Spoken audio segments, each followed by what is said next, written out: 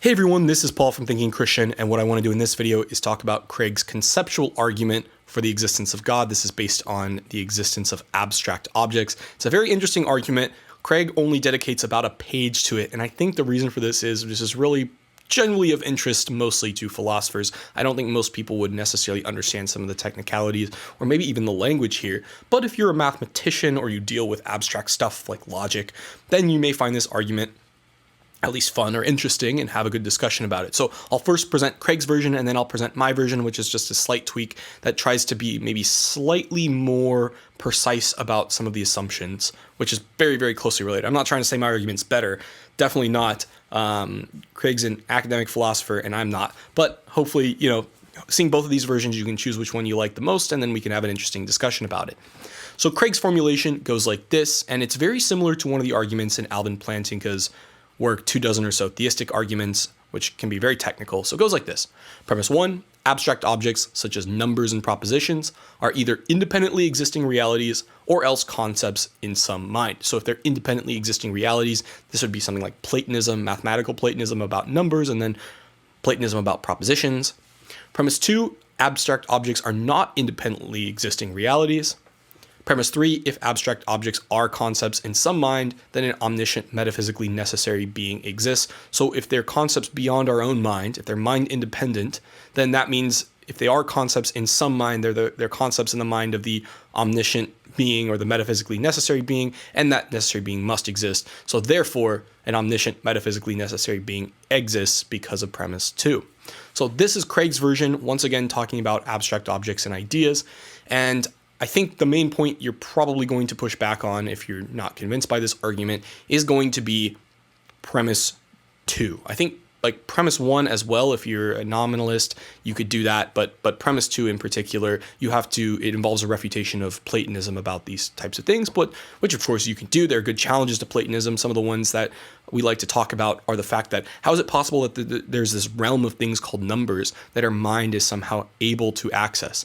And if that's the case, it would certainly seem like naturalism is false, which would make it seem more likely that God exists under those sorts of things. So it's a very interesting kind of technical argument on these topics, but this is Craig's version. I think it's a very interesting argument. I mean, it's a good argument for somebody like me who deals with abstract stuff most of the time, deals in theory land, and doesn't do as much practical application sort of stuff in my research. So I find this argument very interesting and very good, but maybe other people wouldn't as much. So my formulation of the argument goes like this. Premise 1, abstract objects such as numbers or propositions either exist or do not exist. So this is just the law of the excluded middle. There should be no controversy here.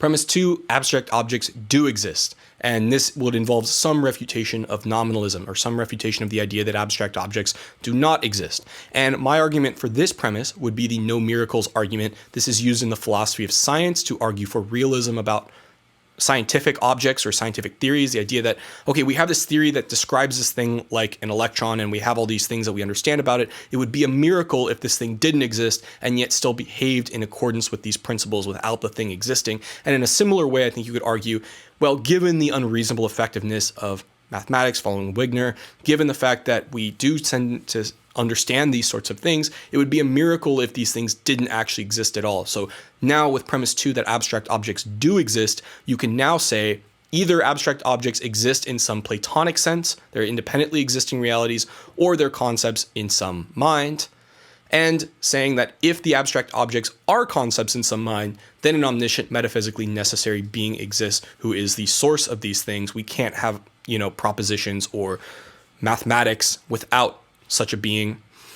Premise 5, then abstract objects are not independently existing realities. This is the refutation of Platonism, once again saying it seems very strange that there'd just be this abstract realm of ideas that our minds can just somehow access, whereas if they're things in the mind of God, it makes sense that we would have some sort of possible direct hotline in the same way we can come to have knowledge of God in an epistemic sense. We could have epistemic knowledge of propositions or of abstract things like numbers and such.